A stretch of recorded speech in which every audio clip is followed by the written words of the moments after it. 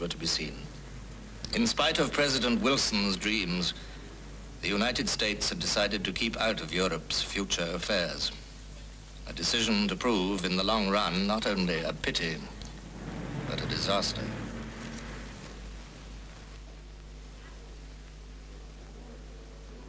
By December 1920, 48 states had signed the covenant, pledging to eliminate aggression between countries.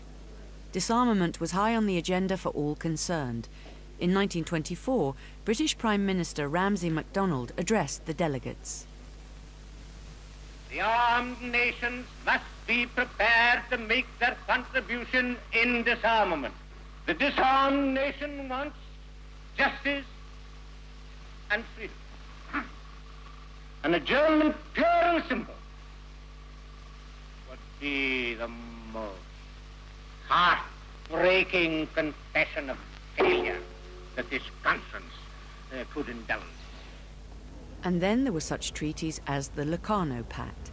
Negotiated in Locarno, Switzerland, and then signed in London on December 1st, 1925, this was a treaty to secure post-World War I territories and paved the way for Germany's admission into the League in 1926. Traditional opponents of Germany, like France, that's Monsieur Briand, kept their true thoughts to themselves, but still they let her in. And with Germany among its members, the League awaited its new headquarters.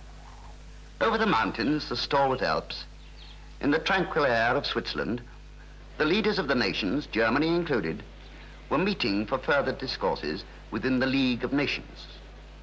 The search for peace might be long, yet there was no lack of searching. Indeed, so strong was faith that by the Lake of Geneva, a permanent home was a-building. By the early 1930s, failings within the League were starting to emerge. The Japanese had been original members, but after the invasion of Manchuria, their position became untenable. Japan's forceful infiltration into Johor, coming so soon after her Manchurian annexation, put before the League of Nations a test case. And who knew? Maybe if Japan was intimidated, she might even walk out of the League for good. For Japan was riding high. All the same, at Geneva, Japan was duly censured for her actions. The Chinese delegate said, "Today, because of the lust and usurpation of power by her military chieftains, who are bent on defying the international instruments of peace and the force of world opinion, Japan finds herself all alone." And this was Japan's answer. Then, in October 1933, Hitler, as the newly elected Chancellor of Germany, withdrew from the disarmament conference, removed his country from the League of Nations, and started to rearm. Actions that contributed to numerous German nationals abandoning their place of birth. Albert Einstein sought exile in America. Of securing and maintaining peace, but also with the important task of education and enlightenment. Without such freedom, there would have been no Shakespeare, no Goethe, no Newton, no Faraday, no Pasteur, and no Lister. These withdrawals were setbacks the League could do little about, and matters only got worse when Italy invaded Ethiopia, starting the Second Italo-Abyssinian War. The tramp of soldiers' feet again, oft times bare. For a year, the drums had beat in Ethiopia, calling the tribesmen to the defense of their country. The battle was now nearly over, but though the end was near, morale was still high. March and train, march and countermarch, with spears, bows and arrows, antiquated rifles, muskets and shotguns. These pathetic weapons against a conqueror who had taken the sword to become, as he had claimed, Islam's protector. But Il Duce's protection meant for Ethiopia the onslaught of tanks, guns, and bombing planes. And against such force, spears and courage were not enough. In May 1936, the war ended, and Italy declared Ethiopia part of an Italian empire. Emperor Haile Selassie sought exile in Britain. He then went to the League of Nations to speak for his country. Selassie did not get the full support he requested and returned to the UK, where he remained in exile until Ethiopia was liberated during the Second World War. But in the summer of 1936, the world's nations came together under a veneer of friendliness. In Berlin, an open Mercedes rolled through the streets towards the stadium specially built for the Olympic Games, bearing to the scene Germany's VIP of all VIPs.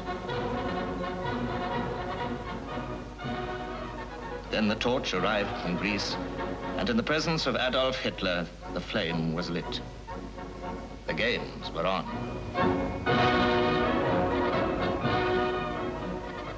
Flags flying together, the nation's athletes marching shoulder to shoulder, regardless of color or creed, binding the ties in a common bond of sportsmanship. Yes, it was all very hail fellow, well met. But when the doves of peace flew upwards over the Führer's head, it was into a sky not as cloudless as it might have been for such an occasion.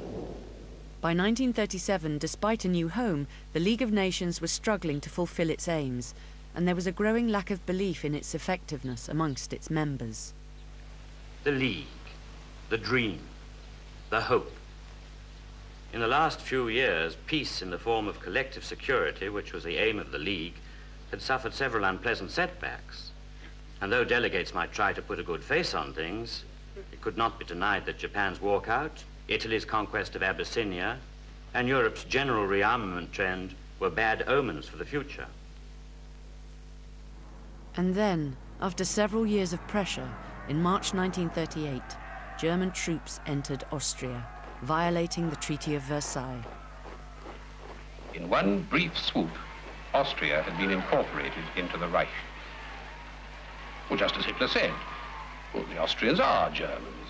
Well, sort of Germans, anyway. And as the new Austrian Nazi government rubber-stamped the Anschluss, the world did its best to accept the situation with a good grace. As a result of Germany's annexation of Austria, and mindful of increasing tension in the Sudetenland, British Prime Minister Neville Chamberlain went to Berchtesgaden in Germany to seek assurances from the Führer. But with nothing resolved, he had to return a week later, this time to Bad Godesberg.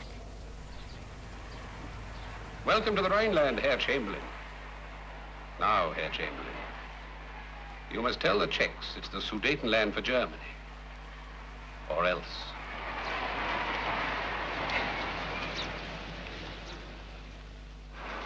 The Sudetenland or else, Herr Chamberlain. On his return home, Chamberlain was keeping quiet about what exactly had been agreed. Now I have come back is to report to the British and French governments the result of my mission. And until I have done that, it would be difficult for me to say anything about it. I will only say this. I trust that all concerned will continue their efforts to solve the Czechoslovak problem peacefully, because on that turns the peace of Europe in our time. Chamberlain went to Germany a total of 3 times in the September of 1938, as he and other European leaders attempted to solve the Czechoslovakia crisis. His final trip was to Hitler's Munich headquarters on September the 29th. From the north, the south, and the west, 4 strong men converge on the German town of Munich to make it for one proud day the new center of the world. Germany and Italy, side by side. The past is forgotten, the world thinks only of the future, as the first plane brings the Prime Minister of France, Monsieur Daladier.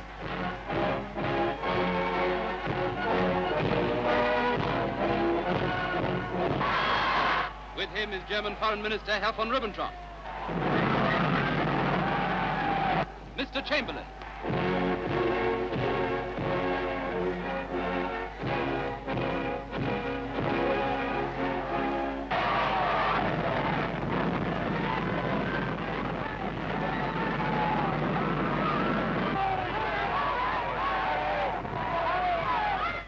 bright, straight road towards a new understanding in Europe. And so at Hitler's Munich headquarters, the agreement that has made the biggest headlines since the armistice.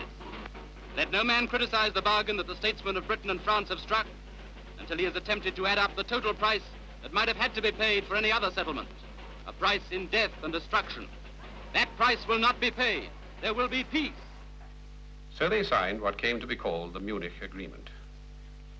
And we were all so relieved that we failed to notice that he'd got even more than he'd asked for by just giving in at the last moment.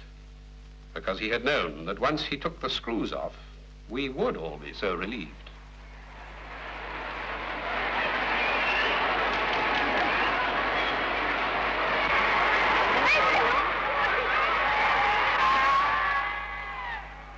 This morning, I had another talk with the German Chancellor, Herr Hitler.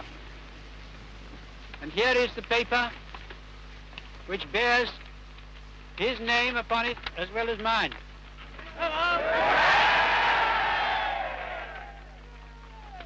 Some of you perhaps have already heard what it contains, but I would just like to read it to you. We regard the agreement signed last night and the Anglo-German naval agreement as symbolic of the desire of our two peoples never to go to war with one another again.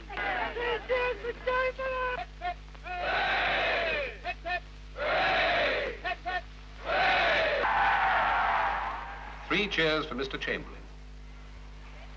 And in Germany, it was 3 cheers for our great leader who brings us the Sudetenland with peace. For Adolf Hitler, the peace-loving wonder boy. And 3 cheers for Monsieur Daladier of France, who also helped to keep the peace. And 3 cheers for Il Duce, who had lent his good name to the proceedings just at the right moment. And 3 cheers for President Beneš of Czechoslovakia, the man now forced to sign away his country's security so that others might still sleep peacefully in their beds. But Munich turned out to be a false peace. 6 months later, in March 1939, Hitler's troops seized Czechoslovakia. Chamberlain, to all outward appearances, still hoped for peace. While I hope that we shall always be ready to discuss in a reasonable spirit any grievances or any injustices which may be alleged to exist, it is to reason that we are prepared to listen and not to force.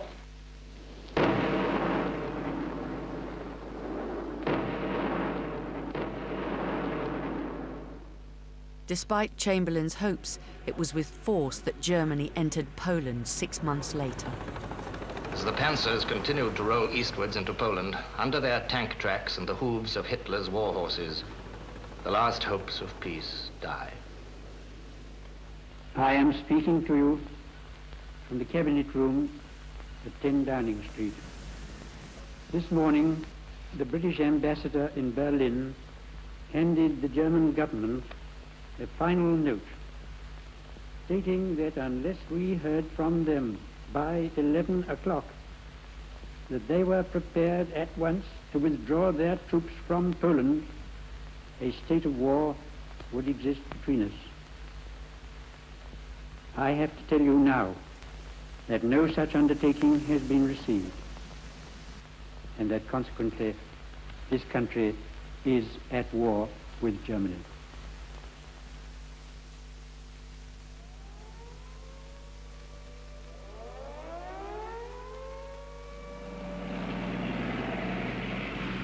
The League of Nations had failed in its attempt to prevent another war. The Second World War would rage on for 6 long years. Though by 1944, the axis of power was shifting away from the Nazis and towards the Allied forces. In the summer of that year, one by one, occupied cities in Europe were liberated. Rome, June the 4th. All roads lead to Rome. That day you would have thought that those who now entered Rome had never at any time been enemies. For the Romans, the Allied entry into their city had all the thrill of the true liberation. and Paris, August 25th, 1944.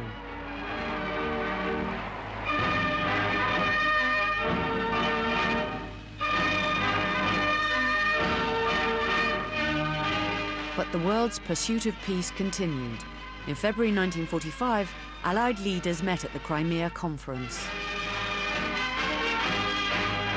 Together, British, Russian, and American, they sit at the tables to confer. And only long afterwards does the world realize what a victory that conference was for Marshal Stalin. Their aim had been to establish an agenda for governing post-war Germany, but only after the unconditional surrender of the Nazis. For never before have the big three been seen together. Churchill looking benign, Stalin enigmatic, and the man who talked about his dog Fala, very sick indeed. Just 3 months later, they got what they had fought for. The German delegation will now sign this paper, and they will sign in order of seniority, and General Admiral von Friedeberg will sign first.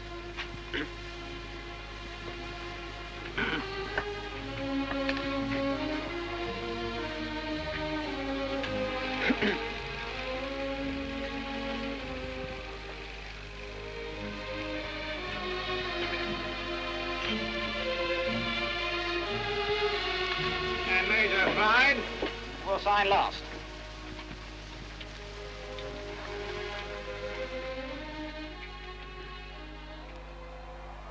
Nazi Germany was defeated.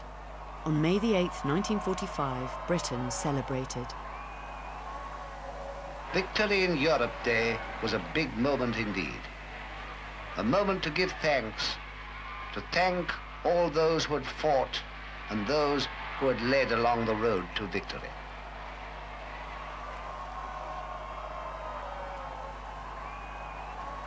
Beyond Europe, the war continued. The last Allied Summit Conference was held at Potsdam, Berlin, in the summer of 1945, attended by President Truman, Stalin, Winston Churchill, and then Clement Attlee. Their discussions focused on war reparations, procedures for the peace settlements in Europe, and the ongoing war with Japan. Marshal Stalin has already agreed that Russia will join the war on Japan. So what's next on the agenda? About Oak Ridge? All right, tell him then. Not all the details, though. Oak Ridge and a dozen other mighty plants spread over the North American continent, plants where thousands work in secrecy to make something out of uranium-235. Well, they told him, and no doubt it made him think. And then less than a week later, a port on the coast of the Japanese mainland. Its name, Hiroshima. Uranium-235. Theory into practice. A thunderstruck emperor inspects what is left of a city after the dropping of one bomb and realizes there can only be one answer. Japan surrendered soon after, signaling the end of the Second World War.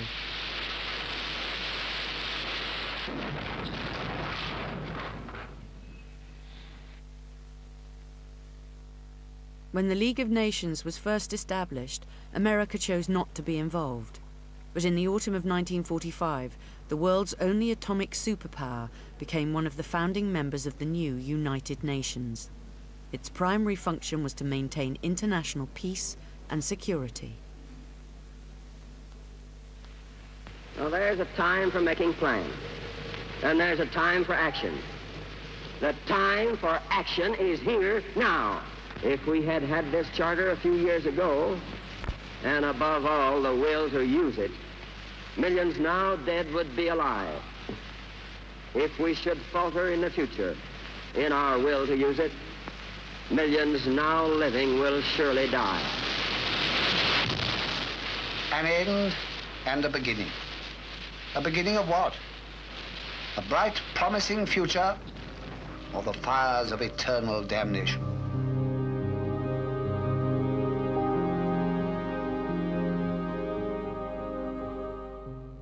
A History of the World continues here on BBC4 tomorrow as we head to the Midlands. That's at 7:30. And coming up next, the power of power in the final part of The Secret Life of the National Grid. The stuff of nightmares. It'd be a disaster almost impossible to contemplate. There'd be no transport. There'd be no radio or television or newspapers or telephones or postal service. Within a little while, food would start to rot unharvested in the ground and unfrozen and uncanned in the storehouses.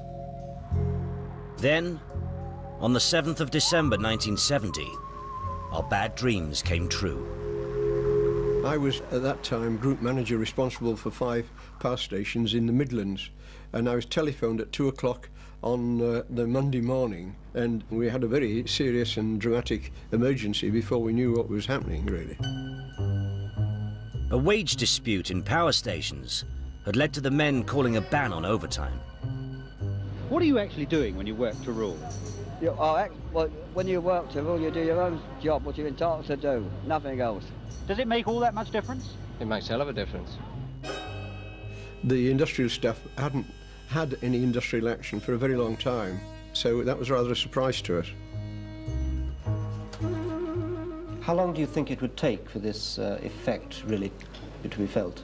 I should have thought that it would take some 3 weeks to a month before there is a serious breakdown in the supply of electricity in general. In fact, it took just 8 hours. The lights went out about 7:45 yesterday morning, and they came on again just for an hour between 10 and 11 o'clock, and they didn't come on again till this morning at 20 to 10. A sudden power cut destroys the modern world instantly.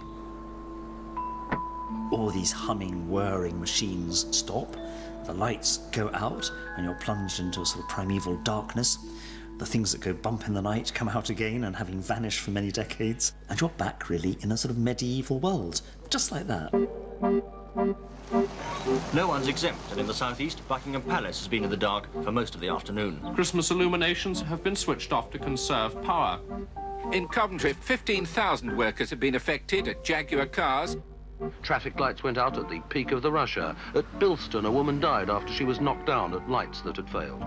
What the power workers' dispute in 1970 demonstrated, for the first time really, was just how dependent the country was on centralised electricity generation. You affect the supply of the electricity into the grid destabilises, you affect the entire country. Havering Council regret to inform you that this area will probably have a power cut today from 11 a.m. to 3 p.m. 4 days into the emergency, the army was mobilised to send backup generators to hospitals in crisis. We're resuscitating a critically ill patient who had had a serious major operation the evening before, and whose condition had been as critical as can be in a person of this age, when all of a sudden the lights were cut and we were thrown into a great degree of confusion. The conduct of even the most routine procedures was in disarray.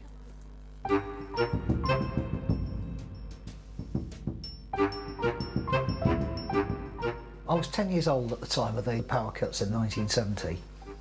My doctor decided it was time for me to have my tonsils out. And so consequently I'd gone into hospital, and then basically there was about 20 of us on the children's ward. I think most of us were there to have our tonsils out. It was like all the time you were just kind of, is it going to be my turn today? Are they going to have, you know, sort of, is the power going to be on for long enough and all the rest of it? The staff kind of hung storm lanterns and candles up around the ward, and they kind of turned it into a bit of an adventure, if you like. The nurses used to tell us ghost stories, and they'd tell us about people who died in the hospital and the ghosts still walk the corridors, this kind of thing.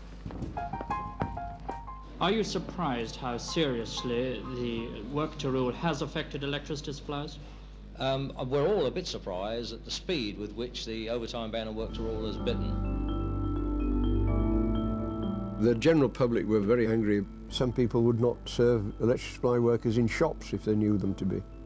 One of my power stations was Leicester Power Station, and I remember looking at the gate waiting for the ladies of Leicester town.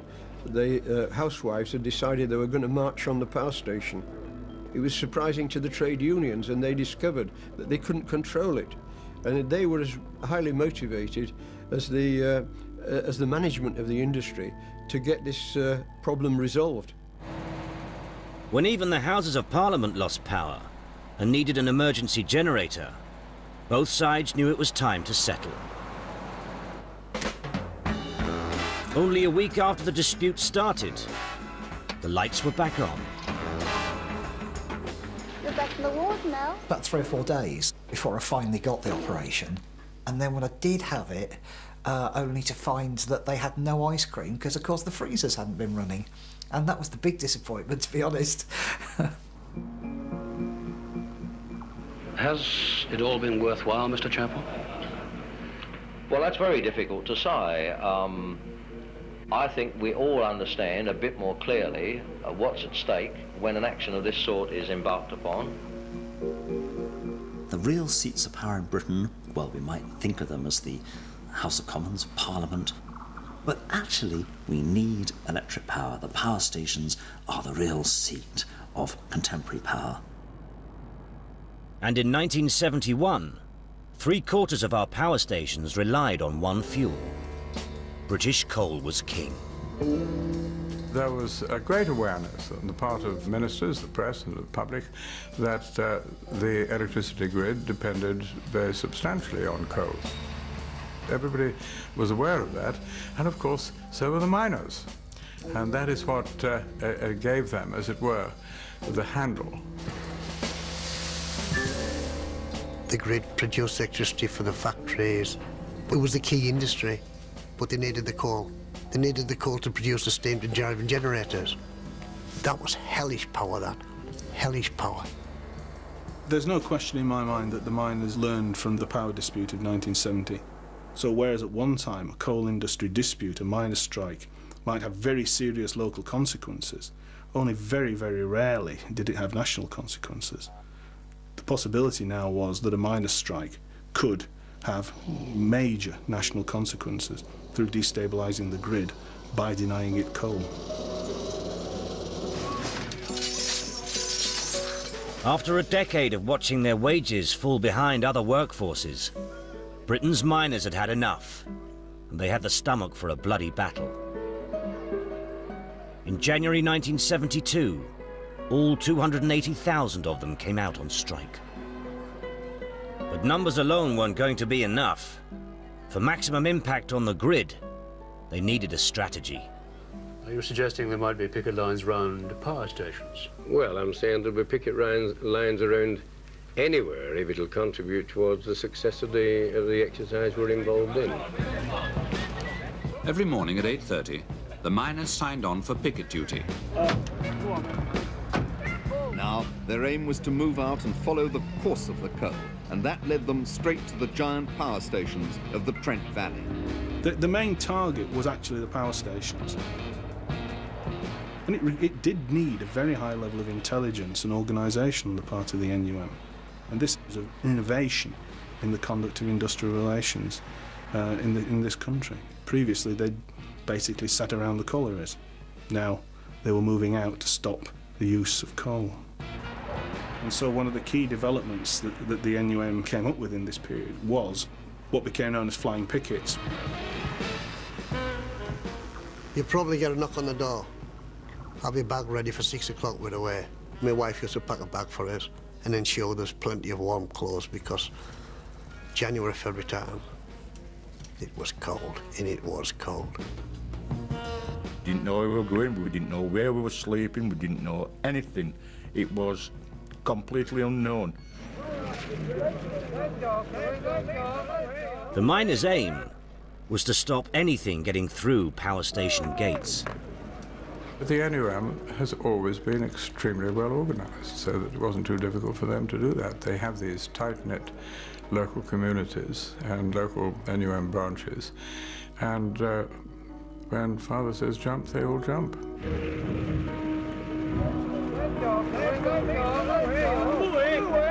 That's what we had to do.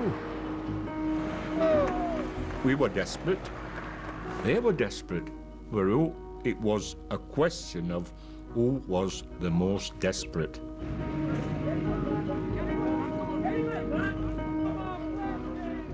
I was station manager at Rugeley Power Station. I think we developed a siege mentality. They had a small tent arranged, and we did some surveillance and found that they slept there during the night. So we arranged that our tankers arrived about 4 o'clock in the morning. They came straight through. No. I don't believe that. No, I don't believe it. Pickets were still asleep. They fell asleep, got a wagon, and they must have been dead. They must have been dead. Don't believe it for 1 minute. Which power station were it?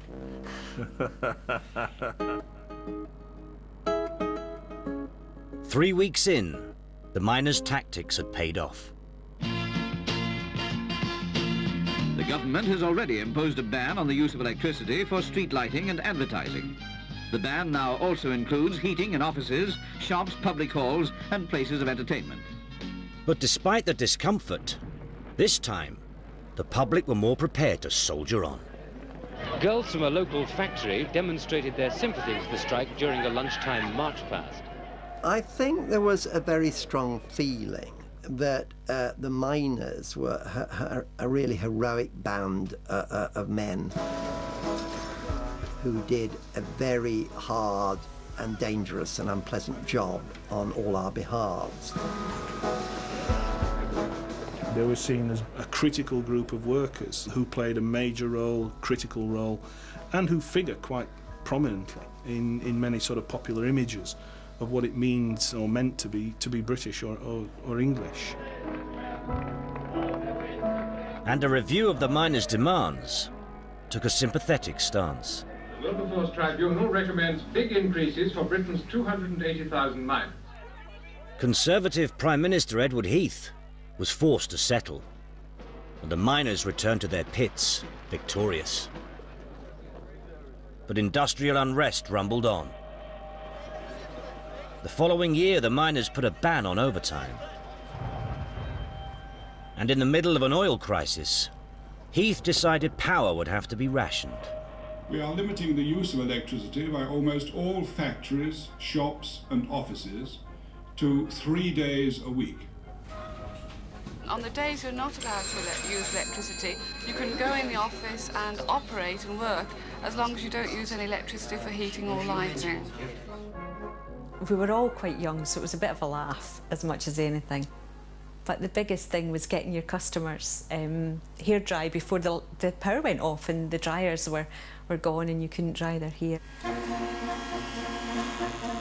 Still had to do all your customers, but in half the time.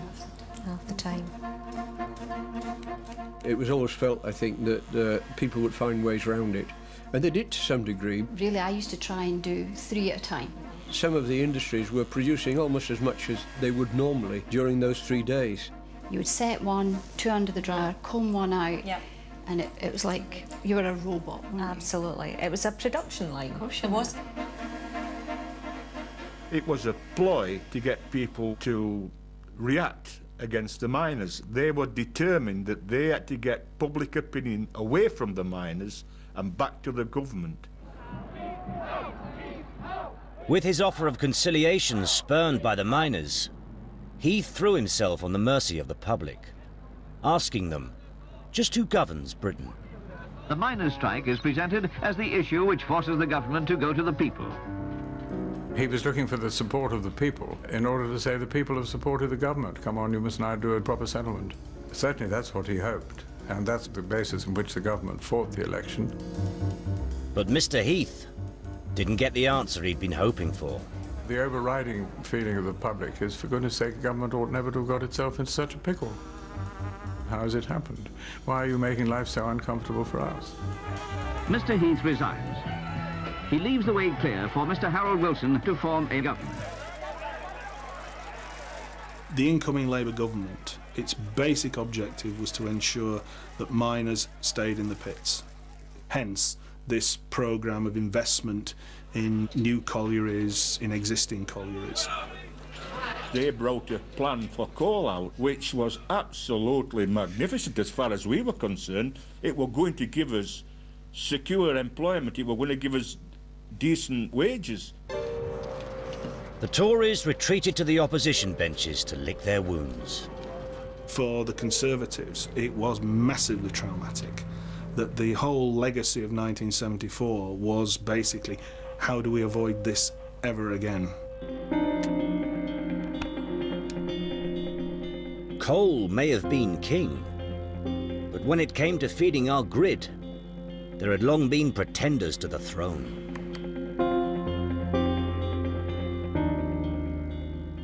Well, of course, we can make electricity out of any fuel, and do.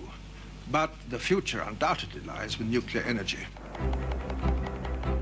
As far back as the early 1950s, Britain had been at the forefront of nuclear research. We were a little bit like pop stars in our own right. I once went to a conference and the News Chronicle, I think, had headlines on the front page, "Atom Man will be there." Well, it's not bad if you're a young man. It was a glamorous industry. Clever young men in white coats doing mysterious things that nobody understood and producing power out of what appeared to be a little slug of metal. It was obviously much more interesting and impressive than dirty old coal mining. British scientists had unlocked the secret of the atom. The source of power may have been tiny, but it seemed to have one massive advantage. Now that is uranium. This one pellet of fuel, 1 ton of uranium, one fuel assembly, will release as much energy as a ton of 2,600 tons, 10,000 tons of 40,000 million tons of coal. The vision in the 1950s was that over time nuclear power would become the dominant, possibly even the sole source of electricity, and it went even beyond that.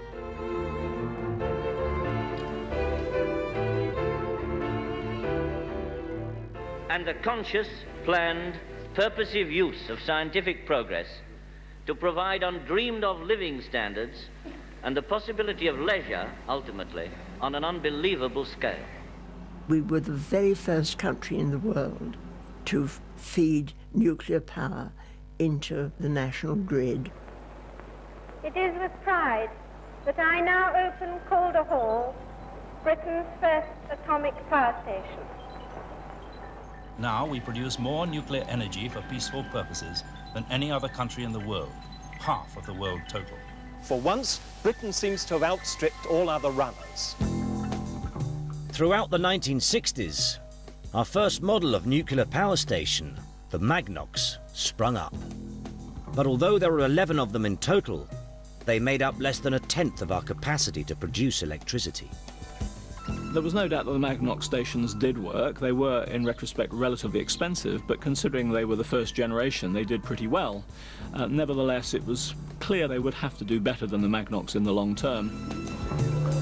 Determined to hold on to their position as world leaders, British nuclear scientists set about designing something altogether shinier, bigger, and better. So a major research effort went into the so-called Advanced Gas-Cooled Reactor as the natural successor to the Magnox program.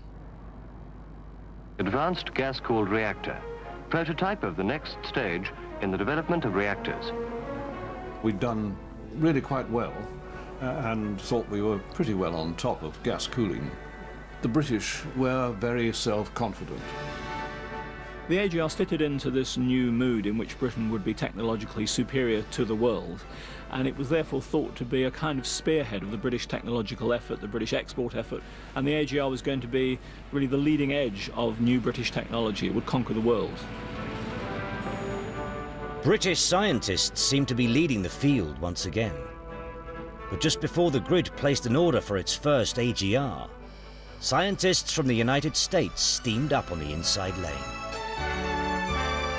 The Americans had big firms which could supply complete power stations and were economically and technically very, very strong indeed. They had very strong and aggressive drive to spread American nuclear technology around the world. The Americans had come up with their own design for a reactor, one cooled with water rather than gas. Both designs placed their bids for the business of the grid in a head-to-head competition. But as far as the British were concerned, the American design had one clear disadvantage. NIH. Not invented here. It wasn't invented here. The Atomic Energy Authority saw the American design as a sort of routine technology. It wasn't seen as elegant science, if you know what I mean. Bearing in mind that scientists were making the decisions in those days. With their thoroughbred model, the home team was bound to impress.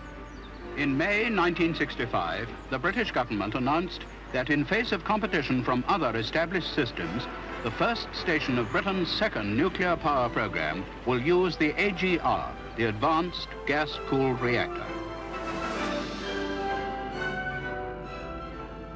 I think that was entirely due to the Atomic Energy Authority insisting that we built British, that we had been the leaders of the technology and we should stay the leaders of the technology. The recipient of Britain's first AGR was to be Dungeness on the Kent coast. Expectations were high.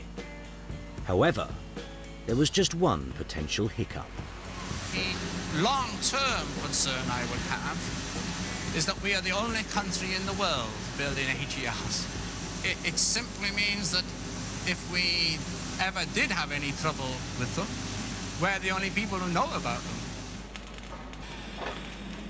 Undeterred, in the summer of 1965, Britain embarked on the construction of the AGR at Dungeness. In a remote corner of Wales, though, another group of pioneers were hard at work on finding a very different fuel source for the grid. People were very suspicious, not knowing what was happening there, and curious. Most people thought of them as hippies and sort of dropouts in those. They're flower people, if you like. Mark, they rang about the delivery of the timber. We thought they were rather childish, to be quite honest. But local suspicions wouldn't stop an English aristocrat from realizing his vision. We believe that in the Western world we've been burning up our resources at an extremely prodigal rate. We're beginning to realize that we're going to have to develop a style of life which is much more self-sufficient, much less dependent on outside resources. We're going to have to conserve the very finite resources of the earth. Using private funding, Gerard Morgan Grenville founded the grandly named Centre for Alternative Technology.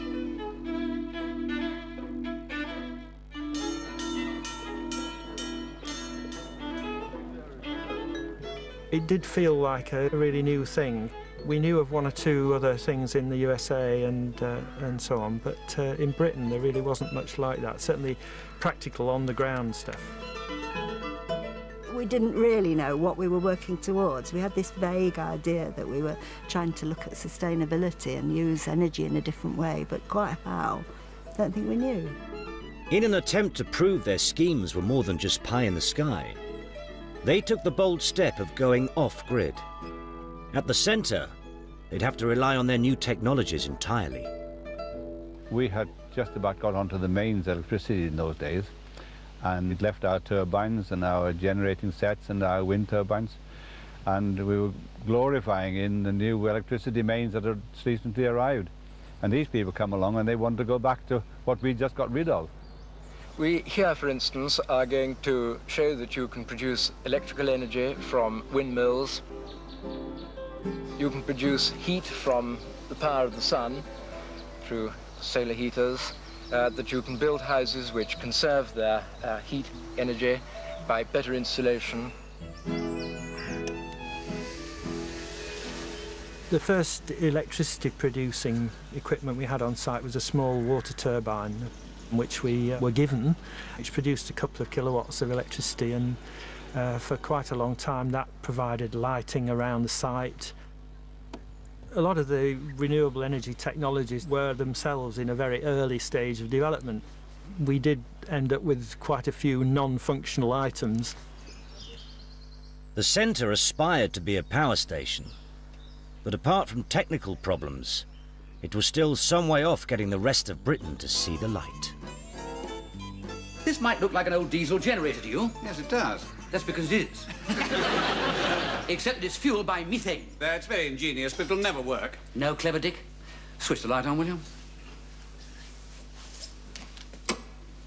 Ooh, the glare. Dazzling me. I thought it took the mickey just about appropriately. Renewable energy might not have been quite ready to plug into the grid, but at Dungeness, the flagship of Britain's nuclear programme, was some way off too.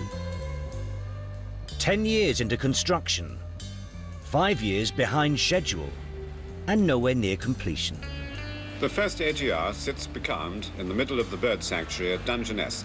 Like some large albatross, it haunts the future of the British nuclear power programme. Why did we ever choose to build a reactor system as difficult as the AGR?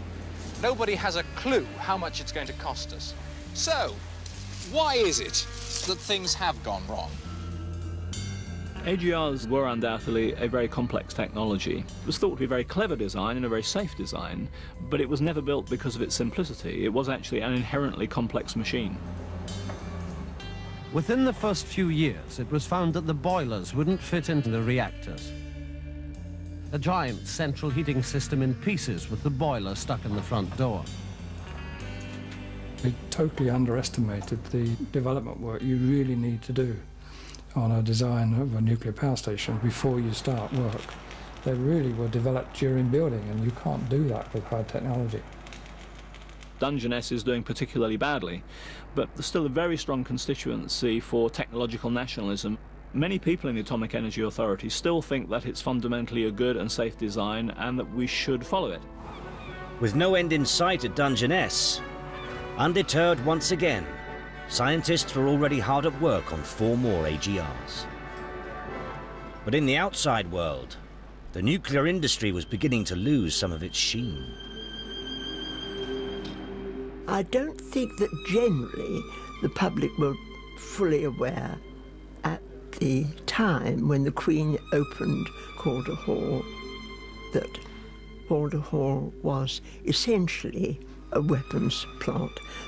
It was not a deception, but it was definitely a spin. People who want the peaceful uses of nuclear energy have to face the fact that the explosive powers of uranium cannot be denied. And this is the problem that we are still wrestling with. A connection was being forged in the public consciousness between technology, science, and something other than a bright future. There was one great event in the world which had an unexpected consequence for nuclear power, and that was the Vietnam War. The war resulted in some destruction of the environment and triggered a worldwide environmental movement. All the values that had driven the previous generation, which were modernism, technological progress, suddenly were turned on their heads.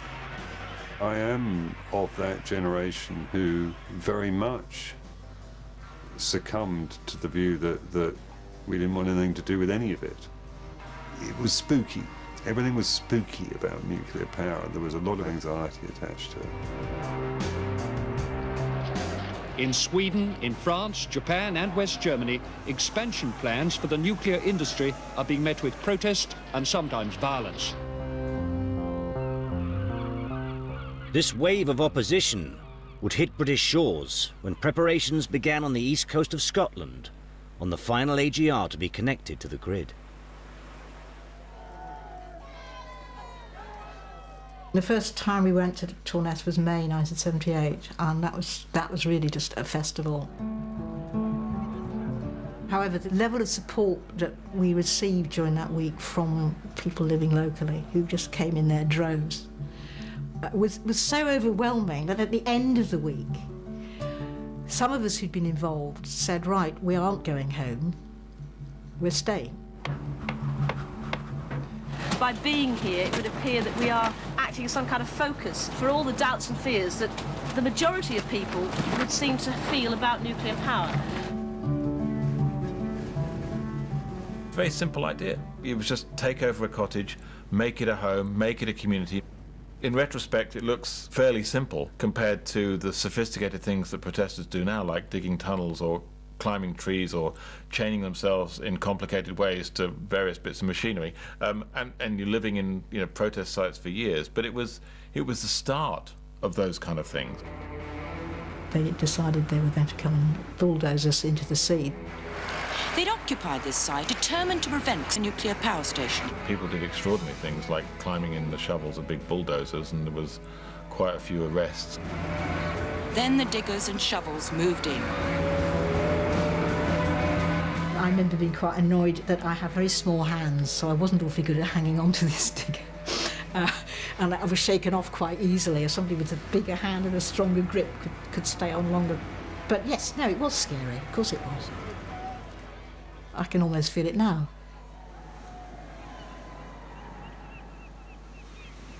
It didn't achieve its prime objective of stopping Torness, obviously, because it's been built. But we did form the basis of an anti-nuclear power movement, we did form the basis of non-violent direct action, and we helped change the climate of public opinion in Britain against nuclear power. But whilst the protesters were struggling to halt the building of new power stations, the nuclear industry itself was struggling to make them run. Dungeness B, now 14 years into construction, still wasn't finished. Dungeness B did not start up until 1982.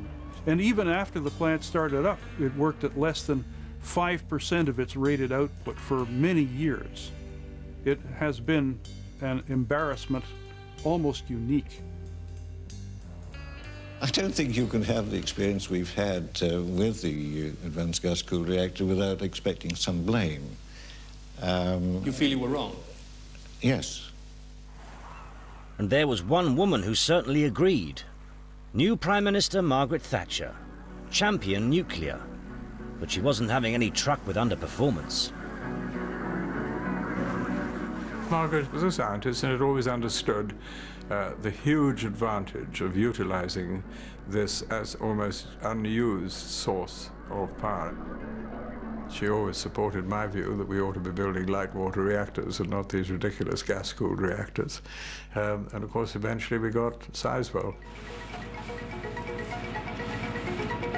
Central Electricity Generating Board has named the site for its first American system pressurized water nuclear reactor at Sizewell on the Suffolk coast at a cost of about £1,000 million.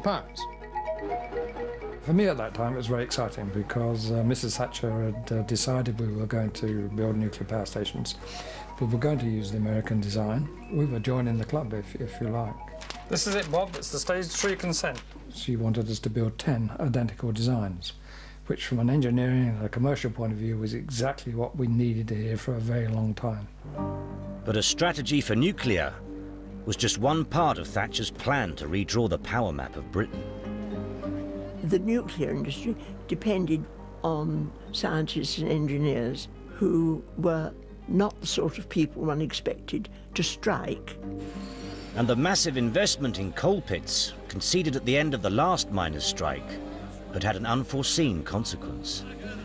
By the end of the 1970s, into the early 1980s, coal production is surging. Coal is piling up at the pit heads. It's piling up in the stocking grounds. But the market for coal is actually contracting. And the net result of this is a crisis of overproduction. And the only response that the Coal Board has is to close pits. mean, everybody knew Thatcher was coming.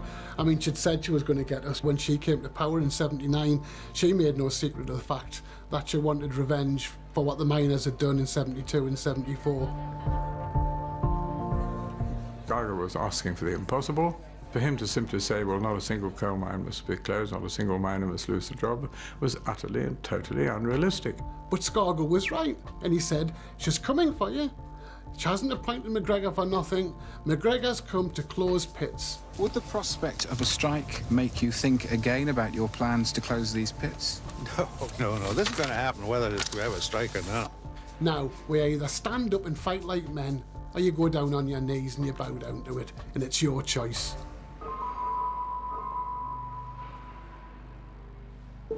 The Coal Board, the government, is about to engage on a wide-ranging pit closure programme. And of course, this time the argument was there was nowhere else for the displaced miner to go. There were no more coalfields to move to. And this was about massive job losses, pit closures, destruction of communities and so on and so forth. Not about pay, about pit closures. 56,000 miners to strike, and Ian McGregor takes a tough line. They provoked us in March, right at the end of winter. So that first bit of the strike was all the way through the summer. Which, from the electricity generating industry's point of view, was ideal, because that's the time when you stop pressing that switch, when you don't need the lights as much. The electricity generating industry is not using as much coal. So they had the upper hand from the start. You know, the 72 and 74 had G'd us up a bit, but that was a long time ago and things had changed a lot. We knew we had a battle on our hands. Hostilities broke out as police kept open the routes for lorry drivers to move essential supplies across picket lines and into coal-fired power stations.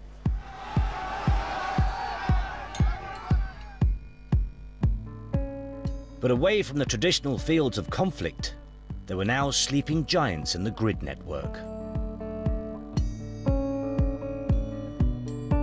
For nearly 5 months, the Isle of Grain oil-fired power station in Kent, scheduled to be the biggest in Europe, has stood idle. I decided to move to Grain, as it was going to be the largest oil-fired power station in Europe. Oil prices went through the roof due to problems in the Middle East, and we just didn't get the generation. Well, we were sat around waiting for the call that never came, and there were months went past sometimes where we just